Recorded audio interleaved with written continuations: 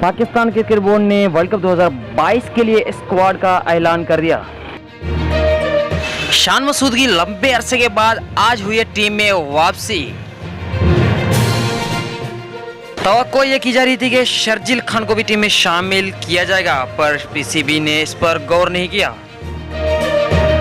Asia cup 2022 में खराब performance के बाद भी खुशदिल शाह और इफ्तिकार अहमद को फिर टीम में सिलेक्ट कर लिया गया है। वीडियो आगे देखने से पहले चैनल को सब्सक्राइब करके बेल आइकन को जरूर दबाएं ताकि क्रिकेट की हर नई आने वाली वीडियो आपके पास जरूर पहुंचे। कप्तान बाबर आजम, शादाब खान, आसिफ अली और हैदर अली, हारिस रऊफ, इफ्तिकार अहमद, खुशदिल शाह, मोहम्मद हसनैन, मोहम्मद नवाज, मोहम्मद रिजवान, मोहम्मद वसीम, नसीम शाह और शाहीन शाह आफरीदी, शान मसूद और उस्मान सर्विस खिलाड़ियों में फखर जमा, मोहम्मद हारिस और शाहनवाज धानी भी शामिल हैं। आप भी कमेंट करके ज़रूर बताएं सिलेक्ट टीम के बारे में सही की गई है या गलत।